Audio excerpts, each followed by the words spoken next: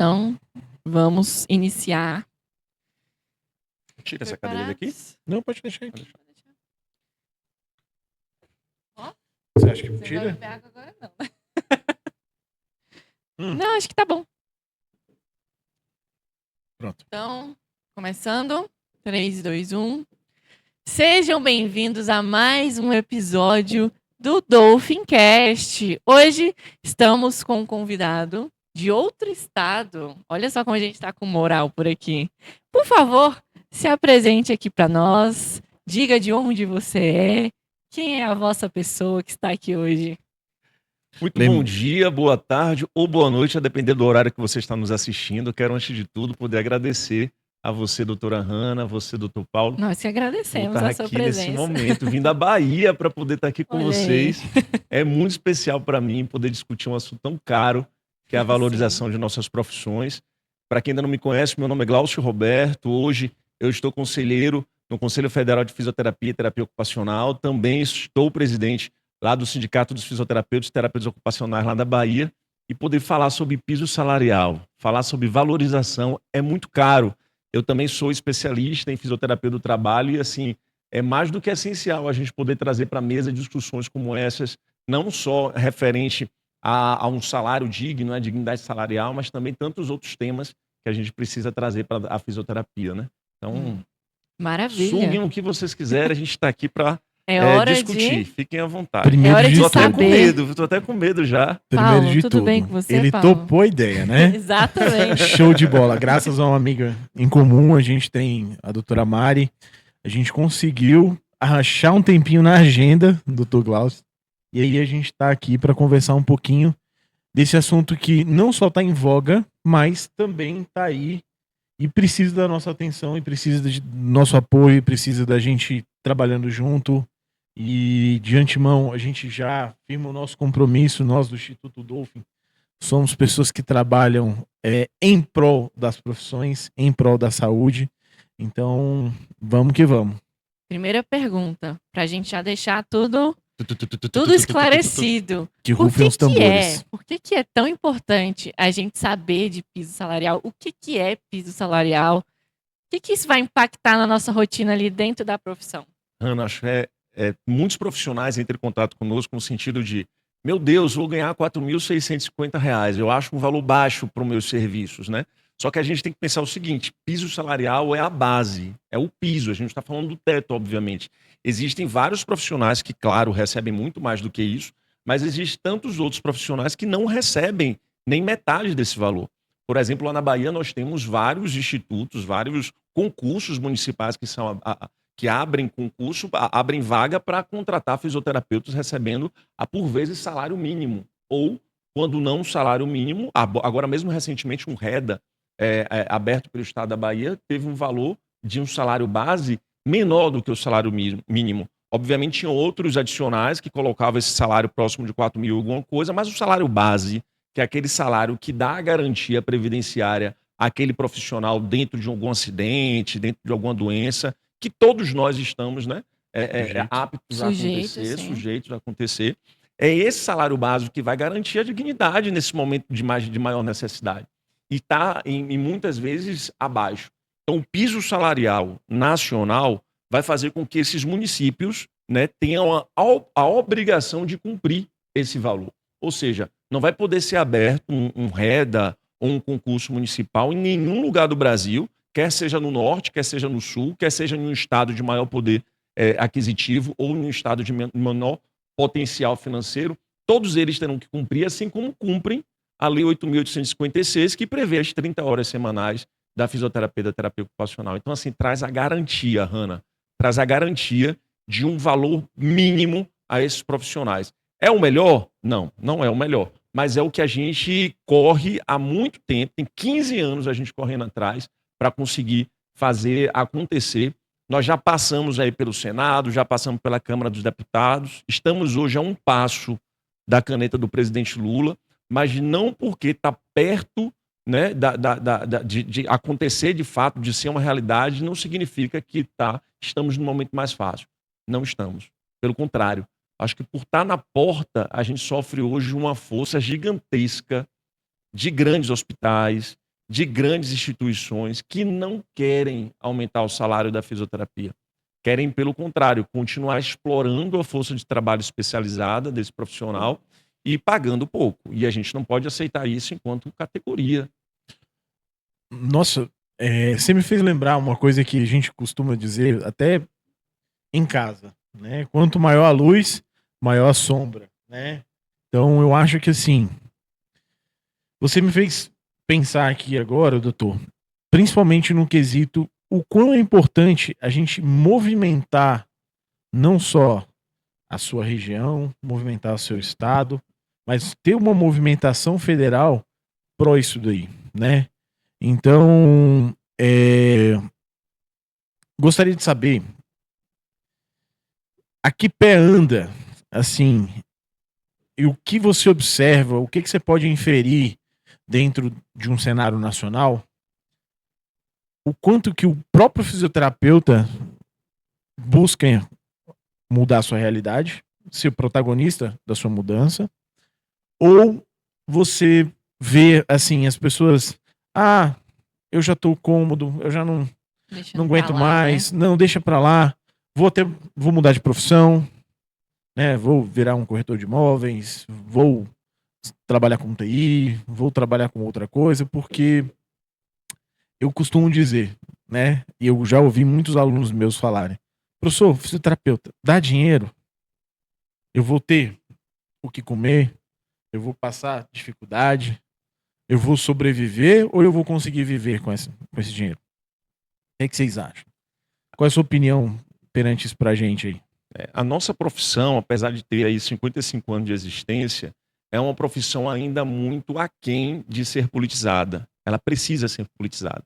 Muito porque a gente percebe que todas as grandes profissões que hoje têm respaldo dentro da sociedade, quando eu digo respaldo, eu falo de portas abertas, de poltrona para poder sentar e ter poder de fala naquele momento, poder de decisão, né? Ou seja, a grande maioria desses profissionais hoje são profissões que já estão aí, que são extremamente politizadas. A medicina, por exemplo, não recebe um salário hoje tão grande como a gente percebe, porque é uma profissão tão necessária assim. Obviamente é necessária, mas assim, o poder aquisitivo que eles têm hoje, o salário que eles recebem, é porque eles ocupam cadeiras de decisão, cadeiras que trazem a medicina para um lugar de centralidade. Não que ela seja o centro, mas eles colocam a medicina no centro.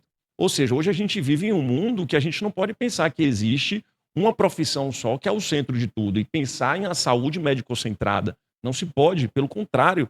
A gente hoje vive em um momento em que todas as profissões têm um avanço gigantesco no seu potencial científico. Quando a gente fala da fisioterapia, a gente fala daquele fisioterapeuta que está desde naquela ponta fazendo a assessoria, ou seja, aquele fisioterapeuta está fazendo uma perícia judicial, aquele fisioterapeuta que está cuidando da pele, da saúde estética, ou que está dentro das universidades dando aula, ou dentro dos hospitais, nas UTIs. A gente fala da fisioterapia em vários territórios. O poder que esse fisioterapeuta tem de conhecimento científico, de produção científica é muito grande.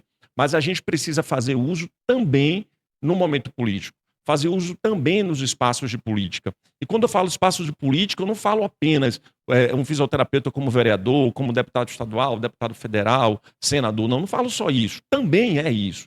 Mas também está naqueles espaços de controle social, dentro dos conselhos estaduais de saúde, conselhos municipais de saúde, conselho municipais e assistencial de assistência social, que o terapeuta ocupacional hoje ocupa e que também o fisioterapeuta pode fazer uso desse espaço. Porque são nesses lugares que a gente faz o quê? A micropolítica. É lá que também se toma decisões. Quando a gente fala assim, vamos abrir um OBS em um determinado município, e a gente vai pensar numa equipe mínima de profissionais que estarão lá, se não tiver alguém para levantar a mãozinha e falar assim, eu quero um fisioterapeuta lá presente, ninguém vai pensar por nós. Se não tem quem brigue por nós, não vai ser o outro, ou o médico ou o enfermeiro que vai lutar por nós. Tem que ser da gente. Até porque eles não têm a visão da nossa, né? Então a gente tem que estar lá para falar, olha, para tal coisa a gente tem que realizar, né? Tal coisa a gente tem que realizar. Exato. Então, não é um médico que vai falar isso, né? Que você que precisa fazer a extubação, então vá lá, meu filho. Eu Ele não acho vai que falar muito, né? isso. Ainda a gente vê aquelas prescrições médicas, né? Sim. Fazer 10 sessões de analgesia. alongar isquios tibiais. Você vê Sim, muito isso, né? Que é exatamente. ridículo. Eu acho assim, inclusive tem resolução nova para isso, né? Pois Ótimo. Considerado abusivo. Professor, eu até vou trazer um pouco o meu exemplo aqui. Eu flutuo em diversas esferas. Leciono o pessoal da medicina, leciono para a parte da saúde, leciono o pessoal da enfermagem, para ciências da saúde como um todo. E vejo que muitos dos médicos, inclusive tem um irmão médico, né? Então, assim, vejo que muitas profissões da área da saúde entendem a importância da fisioterapia, da terapia ocupacional e gostam disso. Mas como você falou, eu acho que muitas das vezes o próprio fisioterapeuta e o TO, ele não luta porque, vamos supor, eu vou trazer até um exemplo da minha residência. Uma vez um staff para mim, isso me catapultou e me usou como força motivacional. Meu Deus, que palavra é? Aurélio, né? Procura no Aurélio aí, como é que catapultou? Catapultou, né? Ato de colocar na catapulta e me arremessar lá longe foi o simples fato dele chegar para mim e falar assim: eu sou só um fisioterapeuta, eu não vou mudar. Eu olhei no fundo dos olhos dele e falei assim: olha, você tá me ensinando a ser a pessoa que eu não quero ser. Muito obrigado. Mas você pode ficar tranquilo que dentro da minha realidade eu vou prometer mudar aquilo que eu posso mudar. Perfeito.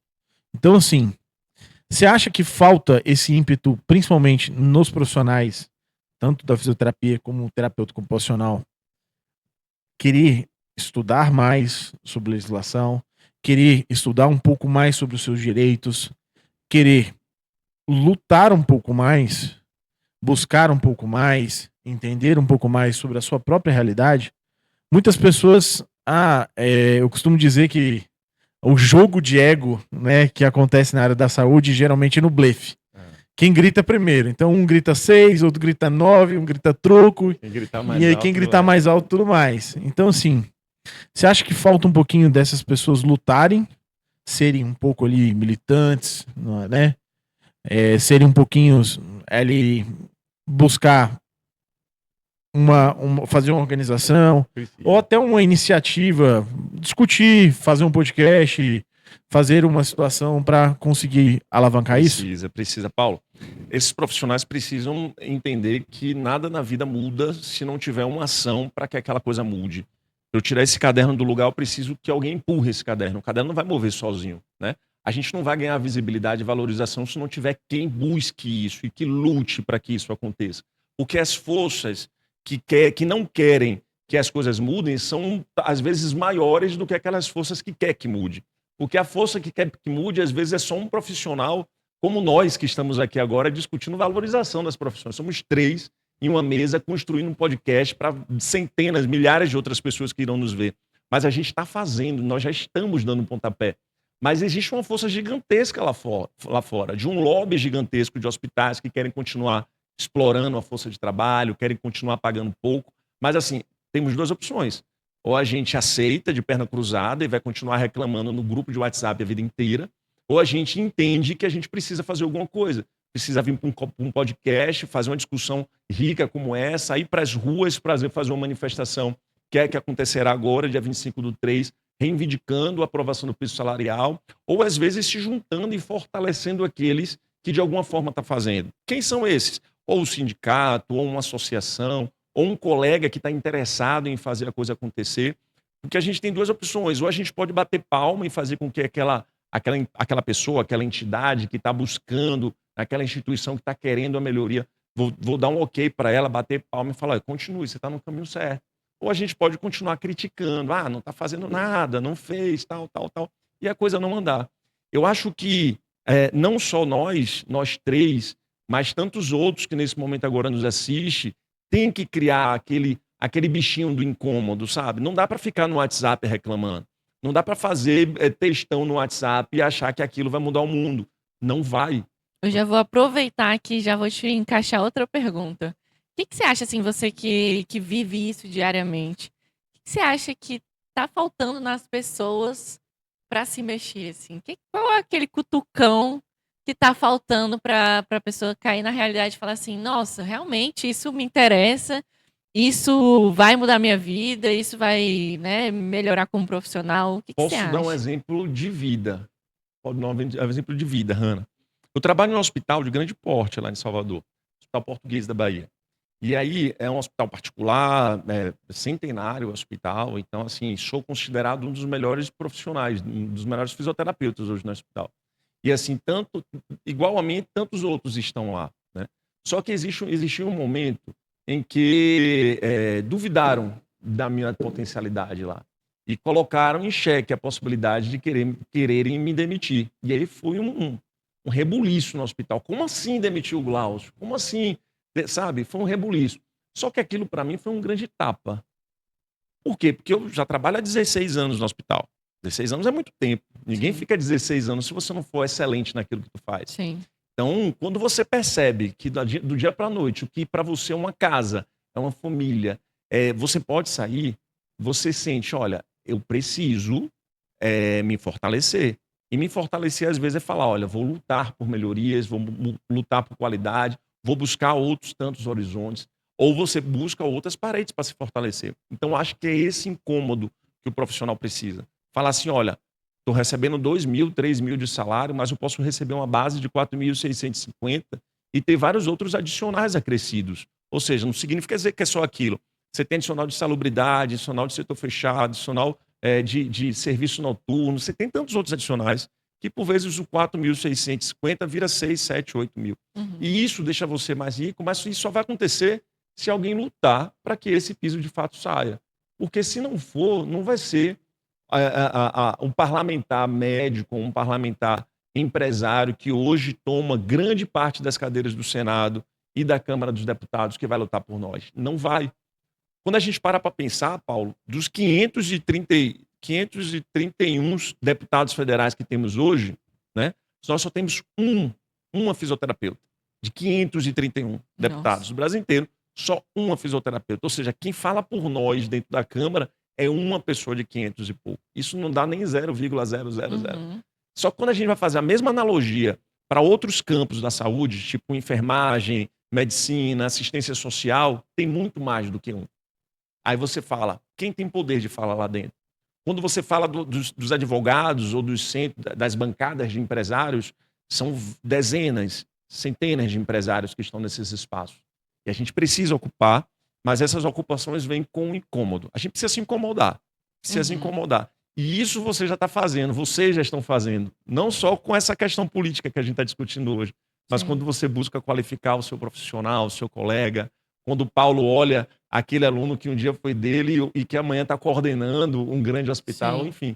É isso, é esse incômodo, é aquele empurrão que vocês estão fazendo. Eu acho bacana que, assim, eu gosto bastante de filosofia, eu gosto bastante de estudar algumas situações, e você falou principalmente do que traz a política. A gente sabe que dentro da filosofia a gente tem a política e a politicagem, Uhum, né? Então, e quem não faz política vira refém da mesma. Então, assim, o que você acha e qual a sugestão que você traz dentro da visão política? O que a gente precisa para estar movimentando, para fazer uma política pautada em coisas alicerciadas ali, com uma boa índole, para promover a saúde, para fazer girar a máquina? uhum. Principalmente a gente tem que entender hoje que a base do ensino hoje dos nossos fisioterapeutas tem que ser o SUS. 72% dos atendimentos que temos hoje no Brasil é SUS, né?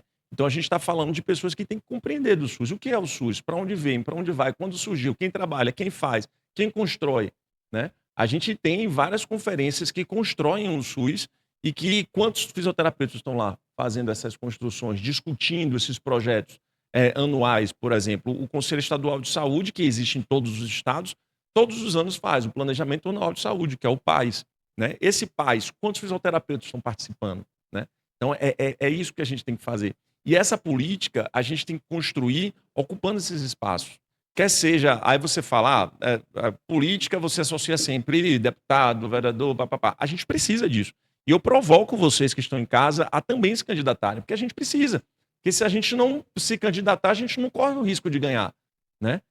Mas também ocupar. CREFITO, associações, sindicatos, que é o Conselho Regional, Conselho Federal, a gente precisa fazer uso desses espaços que constroem as nossas profissões, precisa fazer uso dos espaços que constroem a saúde pública brasileira, ou estadual, ou municipal, e falar, olha, a fisioterapia é tão necessária quanto. Lá em Salvador, certa feita, durante a pandemia, tinha um secretário da saúde, hoje deputado federal, hoje o deputado Léo Prates, na época era secretário de saúde, de lá do município de Salvador. Durante a pandemia, a gente percebeu que muita gente tinha sequelas, né? Pessoas que entravam, ficavam internadas 2, 3 meses, usando droga vasoativa a altos custos e tinha que amputar os pés ou o pé, enfim, tinha várias sequelas. Esses pacientes iam para onde? Quando a gente fala de centro de reabilitação, por exemplo, temos poucos centros de reabilitação, não sei como é aqui. Mas assim, quando eu falo de uma pessoa SUS dependente, né? Ou seja, aquela pessoa que não tem um plano e que por vezes não tem dinheiro para custear a assistência fisioterapêutica, que é uma assistência cara. A gente não está falando que a assistência fisioterapêutica é barata. Não é. Hoje, se você for buscar um fisioterapeuta de qualidade para ter resultado, você vai ter que pagar caro. Nem todo mundo tem possibilidade financeira para custear. Então precisa o quê? Precisa que o governo municipal, estadual ou federativo traga essa possibilidade da assistência fisioterapêutica qualificada a esse paciente. Como é que a gente faz isso? Por exemplo, lá em Salvador, eu sentei com o secretário municipal de saúde, certa feita, falei para ele, a gente precisa que o SUS oferte esses serviços a esses pacientes, ou tantos outros, que não é só a pandemia que traz pacientes com limitações funcionais, né? Aí conversei com ele, levei para ele a possibilidade de abertura de um centro municipal de reabilitação, né, que hoje a gente conhece como CER, que é o Centro Especializado em Reabilitação. Na época, era Centro Especializado em Reabilitação Municipal. Não precisava pegar recursos estaduais ou federativos. Não, bora usar o dinheiro municipal. A gente não gasta dinheiro com fisioterapia, gente. É muito simples. A gente precisa só de materiais, precisa de alguém qualificado para fazer o negócio, e a fisioterapia já faz mágica há 55 anos. Sim. A gente já faz muita coisa com pouco, né? Exatamente. Convenci Um toquezinho de criatividade já faz muita coisa. Você faz o cabra andar, velho. Sim. E com recurso barato, com insumos recurso baratos. Sim. Você não gasta muito. Uma bola suíça, às vezes você faz. Buf, você faz milagre. Você mais milagre do que a polilaminina. Sim. Você pega doutor João, o cara tá lá, velhinho lá. O cara pega, estala, faz um bocado de estalo com conhecimento da osteopatia, da quiropraxia, junta vários outros conhecimentos que a clínica dá para ele, porque alguém que chega nesse nível, alguém qualificado, fazendo fisioterapia durante esse tempo todo, ele não precisa ter vários apetrechos, né? Óbvio que se tiver muito bom e se tiver algum secretário de saúde nos assistindo, dê todas as possibilidades para o meu colega fisioterapeuta. Sim, por favor. Mas o mínimo, às vezes, você faz muito. Sim. Agora mesmo tem uma demanda que é a polilaminina. E vocês bem sabem, né? É ótimo, é maravilhoso.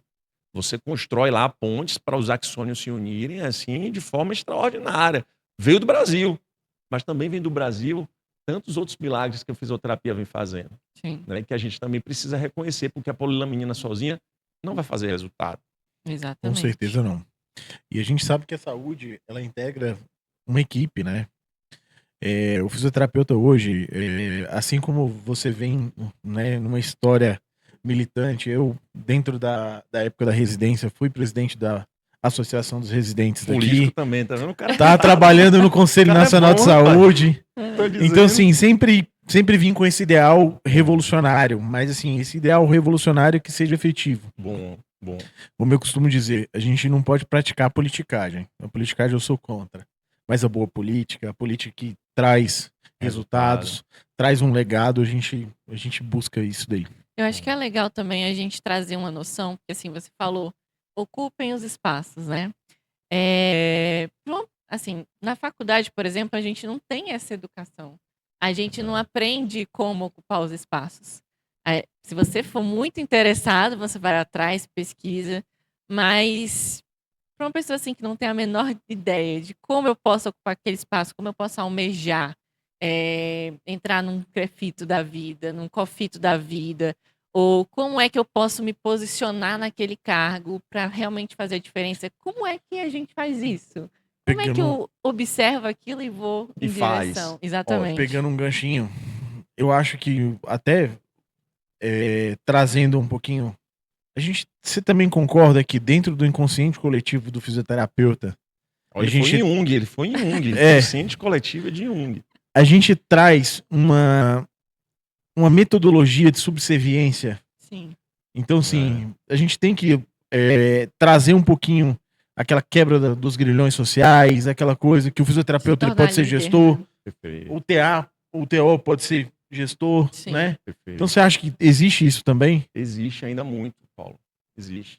Só para você ter ideia, por exemplo, lá no meu mestrado, eu fiz meu mestrado lá na Faculdade de Medicina, lá da Bahia, uma faculdade tradicional, também centenária e tal. E fiz algumas outras graduações, disciplinas lá, né? E eu percebi em algumas disciplinas de medicina que os professores já chamavam os alunos de doutores e de doutoras desde o início. O cara não estava nem formado, mas a professora estava dando aula lá sei lá, de imagem, diagnóstico por imagem, e ele fala: "É você, doutora Hanna, você era estudante. O que é que você acha sobre isso aqui? Qual é o seu diagnóstico?" Isso era no convívio, isso era muito comum, o tratamento deles. Aí eu faço essa leitura e, ao mesmo tempo, faço a leitura hoje de um fisioterapeuta, por exemplo, que às vezes sequer gosta de usar, ou não vou usar o doutor porque ainda não tenho doutorado e tal, e vem com aquela.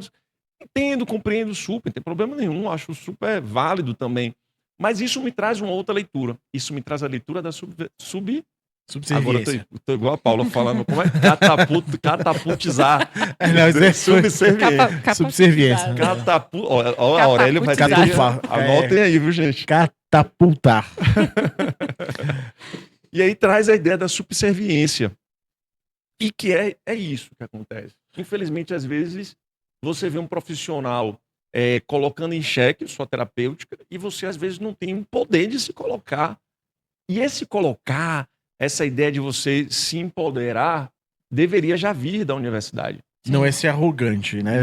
Não, óbvio. Não Não é ser arrogante, não é ser aquela pessoa contundente, assim, no sentido pejorativo. Mas é realmente tomar a posição que... Mas emitir sua opinião. Exatamente, que você lutou tanto para conquistar. Eu né? acho que emitir sua opinião de forma educada, de forma alicerciada na ciência, na ciência, na prática baseada em evidência.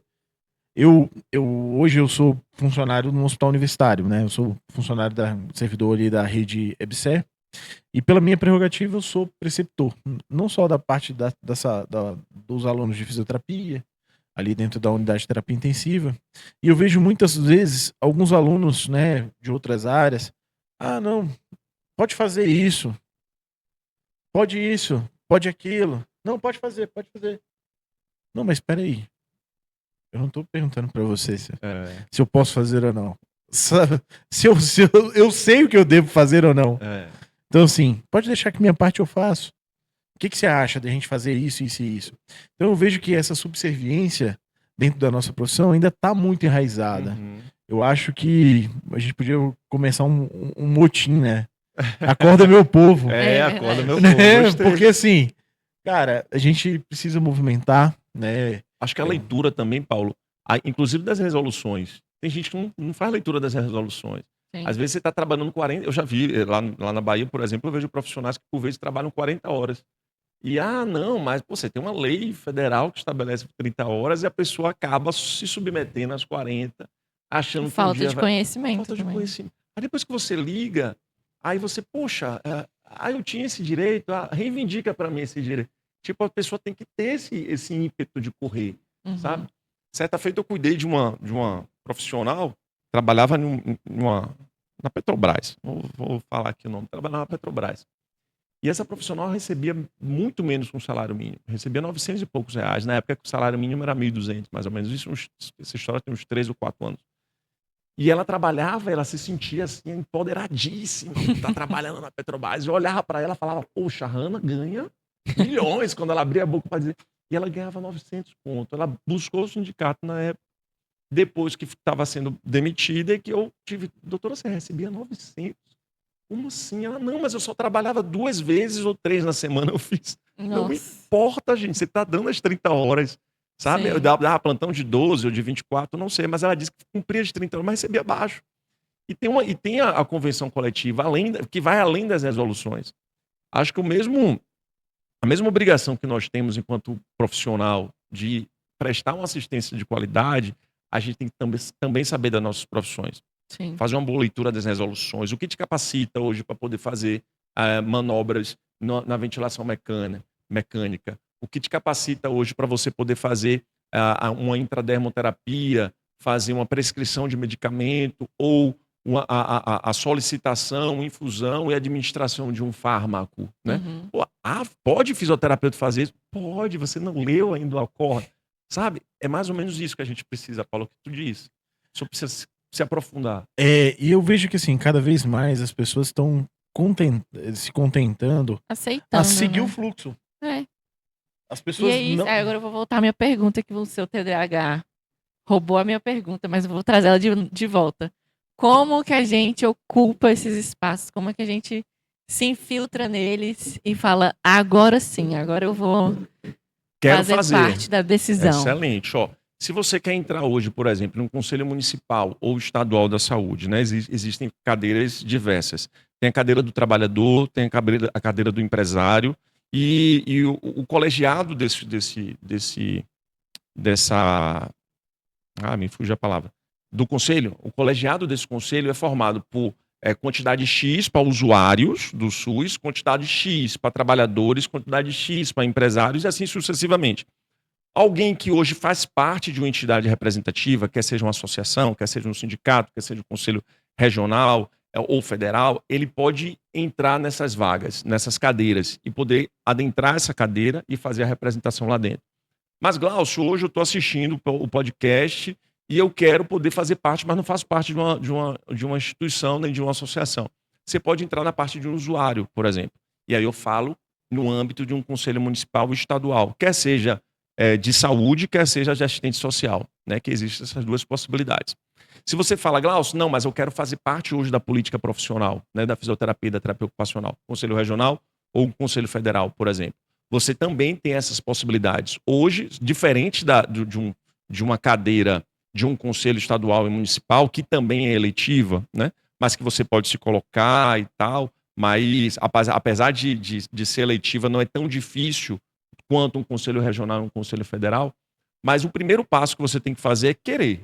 Querendo, você vai buscar esse regional, buscar esse conselho federal, e você vai, durante o processo eleitoral, que é de 4 em 4 anos, quer seja no regional, quer seja no federal, montar uma chapa.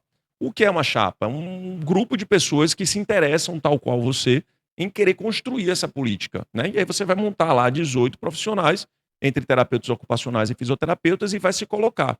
Todos os representantes hoje de Conselho Regional e de Conselho Federal são eletivos, são eleitos, né? Eles precisam colocar a chapa e ser eleito pela categoria, né? Uhum. Hoje, antigamente as eleições eram presenciais, você tinha que ir lá fazer um voto presencial. De agora em diante, né, de 4 meses para cá em diante, todos os votos serão virtuais. Não, Assim essa eu como não sabia. serão virtuais, serão pelo celular, pelo computador. Uhum. Assim como grandes outros conselhos regionais e federais também já fazem. Por exemplo, o Conselho da Enfermagem, os CORENs de todos os estados já fazem as suas votações no celular. Então, aquela enfermeira que está no plantão, por vezes, deixava de votar Sim. porque estava no plantão. Então, hoje ela tem essa possibilidade. Então, adentrando esse conselho regional, o que é que ele vai fazer quanto política? Vai pegar as resoluções do COFITO e vai empregar dentro do seu território. O Conselho Regional constrói resoluções? Não constrói. Ele é um aplicador do que o Conselho Federal faz. O Conselho Federal diz o seguinte, olha, aqui estão os parâmetros assistenciais, por exemplo, vou usar a resolução 444 do COFITO, que vai falar parâmetros assistenciais, tantos atendimentos, tal. O regional vai ver se aquele procedimento está sendo aplicado na clínica, no hospital, no ambulatório e assim sucessivamente. Glaucio, eu quero concorrer ao COFITO. É igual? Não, é a mesma coisa, é diferente. Mesma coisa, você vai montar um colegiado e vai se submeter. Da mesma forma também E ao assim processo vai eleitoral. E assim subindo. sucessivamente. O que é que tem que fazer? Faça. A primeira coisa é construir na cabeça desse colega que está em casa a ideia de querer construir e ajudar na política pública da sua profissão.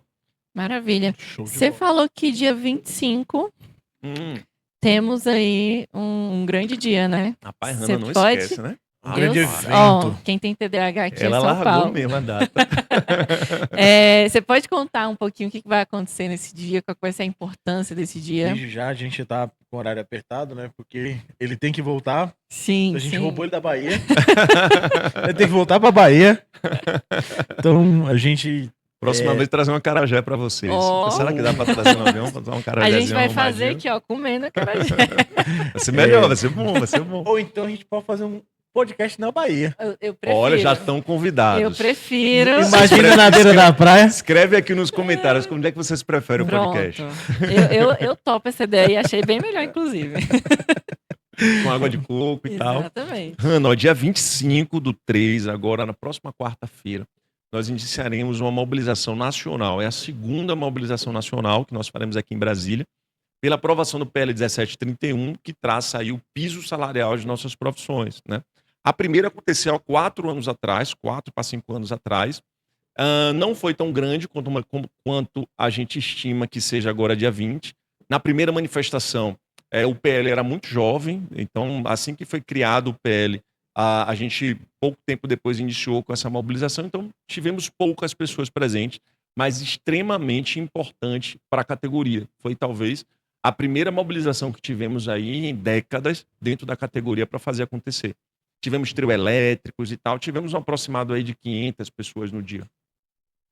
E importante fazer um traçado do antes e do agora, que acontecerá no dia 25, é que no antes nós não tínhamos o apoio de grande parte da população, de nossos profissionais. Então, nós não tínhamos o apoio, por exemplo, de conselhos regionais, nós não tínhamos apoio do COFITO, nós não tínhamos apoio de associação.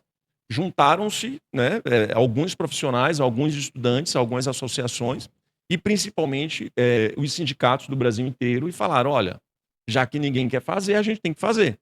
Aí os sindicatos montaram, botaram o trio elétrico, fizeram toda uma organização, houve esse movimento, de forma rápida a gente tramitou pelo Senado, então em 8 meses a gente conseguiu apresentar o projeto e passar por 2 comissões, que foi a CAIS, que é a Comissão de Assuntos Sociais, e a Comissão de Assuntos Econômicos.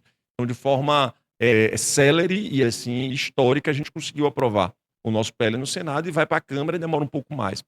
Quando a gente retorna agora e busca essa nova mobilização no dia 25, é por um motivo. Nós já fomos aprovados lá no Senado, já fomos aprovados na Câmara dos Deputados, e agora nós estamos dentro da gaveta do Davi Alcolumbre, que é o presidente do Senado hoje, que a gente precisa que ele faça o seguinte, ele pega o nosso PL 1731 e mande para alguma comissão. Mande para alguma comissão. Só que isso está desde outubro, foi aprovado, aí chega, não chega, fica, não fica na mão dele, tá? Em dezembro, efetivamente, ele se pronunciou dizendo que iria fazer um envio para alguma comissão e a gente poder andar, e de lá para cá nada aconteceu. Daí motiva, hoje, diferente da primeira, temos o apoio de todos os conselhos regionais, são 20 conselhos regionais que temos hoje, o apoio de absolutamente todos, o apoio de absolutamente todos os sindicatos do Brasil inteiro, que é chamado como Sindicatos do Brasil, mas, além disso, temos hoje o Conselho Federal também apoiando. Eu lembro que, na época, nós fizemos algumas solicitações ao Conselho Federal para pedir papel. Eu quero um panfleto para falar assim, o piso é isso, apoie, sabe, para panfletar. Nós não tivemos esse apoio. Pelo contrário, tivemos um grande ensurdecedor silêncio. Um grande ensurdecedor silêncio. Então, assim, nosso ponto de vista, falar sobre piso salarial não é uma pauta meramente sindicalista, uma pauta meramente... A gente fala de valorização, falar de saúde, porque quando a gente fala de dignidade salarial, a gente fala de saúde do trabalhador, a gente fala de condições sociais, melhorias sociais a esse profissional. Então, isso vai além de uma pauta sindical. A gente traz para uma pauta de proteção, de valorização do profissional enquanto terapeuta ocupacional e fisioterapeuta. E você falar que um COFITO não deve enxergar uma pauta dessa como prioridade, ou um conselho regional não enxergar como prioridade, naquela época a gente achava isso um absurdo. Mas aí o mundo gira e a gente consegue levar essa consciência a esses representantes, à população. Hoje nós temos 10 grupos de WhatsApp traça sobre, que fala o dia inteiro sobre piso salarial, então tem profissionais do Brasil inteiro falando exclusivamente sobre isso. Então a gente consegue levar essa nova conscientização e buscar agora um grande apoio. Aí no dia 25 acontece na frente do Senado, naquela Alameda dos Estados, onde ficam as bandeiras, teremos ali uma manifestação com um trio elétrico, presença de vários deputados, de vários senadores que já colocaram à disposição de nos apoiar, né? Então estarão lá presentes no trio elétrico, de 9 às 12, fazendo uso de fala, não só esses deputados e senadores, mas Conselho Regional, Conselho Federal, sindicato, associação e qualquer outro representante que lá estiver e que queira fazer essa defesa. Após as 12 horas, nós saímos em caminhada até o anexo 2 do Senado, onde lá nós teremos um segundo momento, que também será de fala, mas dessa vez próximos aos gabinetes, né, dos senadores. E lá nesse momento faremos também algumas falas e tal, no sentido de conscientizar. E culminamos às 15 horas com a audiência pública, né? A audiência pública sobre o piso salarial, sobre valorização e dignidade salarial do terapeuta ocupacional, do fisioterapeuta. Foi um requerimento que partiu do senador Ângelo Coronel. Imediatamente que eu entrei em contato com ele que é o dono do PL 1731, foi ele que propôs o PL 1731. Então o Ângelo Coronel, imediatamente que eu entrei em contato, ele aceitou puxar essa audiência pública. O Sinfito Piauí e o CREFITO 14, lá do Piauí, entrou em contato com o senador Marcelo Castro, que hoje preside a Comissão de Assuntos Sociais. Então, só para você ver a articulação que a gente faz. E aí a gente entrou em contato com o Marcelo Castro e falou, temos um requerimento do senador Ângelo Coronel, aprova para a gente poder fazer uma audiência. Colocou, foi aprovado, hoje inclusive. E aí no dia 25 também faremos audiência pública. Então a gente vai sair de um ato de manifestação externa, né, com trio elétrico, com toda aquela coisa, até um ato mais formal dentro do Senado, efetivamente, falando, né, de forma mais, não vou dizer ordeira, mas de forma mais formal e Sim. tal, todos os pontos positivos e negativos do piso. E aí quando fala de ponto negativo, você fala, Glaucio, será que vai ter demissão? Será que as empresas estão apoiando e tal? A gente percebe hoje o apoio de várias associações de empresários.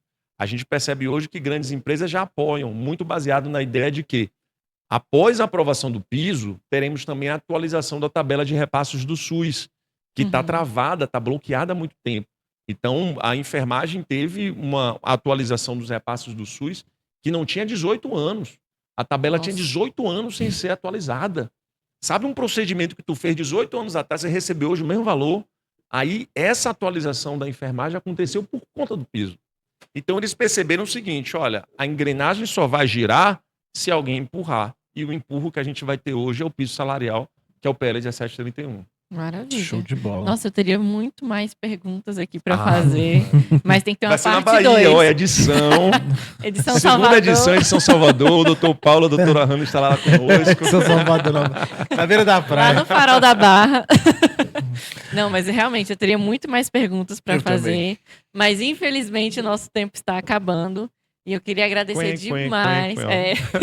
Queria agradecer demais a presença. Acho que foi muito enriquecedor a sua fala. Trouxe vários esclarecimentos, né, Paulo? Com certeza. Então, E assim, pode falar. além de fazer parte daquele movimento que a gente já faz, né? Exatamente. A gente do Instituto Dolphin, a gente é aquela pessoa que milita, é aquela pessoa que busca, Tuca. cutuca. Por mais Que é Instituto chato. Dolphins no Brasil. Sim. Né? Então, assim, mas a gente tá lá, sempre dançando. É. Se vão chamar a gente de louco ou não, Já Isso, chamam, já né, gente? chamam. são pessoas que não escutam a nossa Eu já tô canção, né? acostumada Então, já de ser doida. vamos embora. Paulo me chamaram de doido quando a gente criou o PL 1731. O pessoal falou, esse negócio não vai passar não, negócio de piso salarial nacional. Lá em Brasília, né? Lá em Brasília. Passou. Mas assim, os loucos de ontem são aqueles caras que constroem grandes coisas hoje. Então, Cara. continuem fazendo loucuras, viu? Fazendo loucuras. E abrindo Instituto Dolphins em vários lugares do Brasil Olha aí. também. Obrigada demais. Gente, por favor, comentem, compartilhem. Esse podcast eu acho que foi um dos que eu mais aprendi, porque realmente eu sou bem fraca de política, mas eu tô percebendo quanto isso vai crescer a nossa profissão. Então, compartilhem, comentem, curtam e por favor, sigam Instagram. Meu Instagram é Glaucio Roberto 2, meu perfil pessoal. Tem também o Sinfito Bahia, que é o sindicato de lá da Bahia. Tem o Conselho Federal de Fisioterapia e Terapia Ocupacional, que é o @Colfito. Tem o Sinfito DF, que é daqui, né, de Brasília. E tem o Crefito 11, que também é daqui de Brasília. Então tem todas as redes sociais que vocês precisam se inteirar. E tem uma outra, que é o @aprova nosso piso, que é um arroba só para aprovação desse piso exclusivo. salarial. Show de Maravilha. bola. Sigam também o Instituto Dolphin, claro. Ana Barros no Instagram. E, Doutor Paulo Porto. gente, a gente se vê na próxima. E Parte façam 2, parte desse movimento. Salvador, Bahia, Farol da Barra. E Vamos estar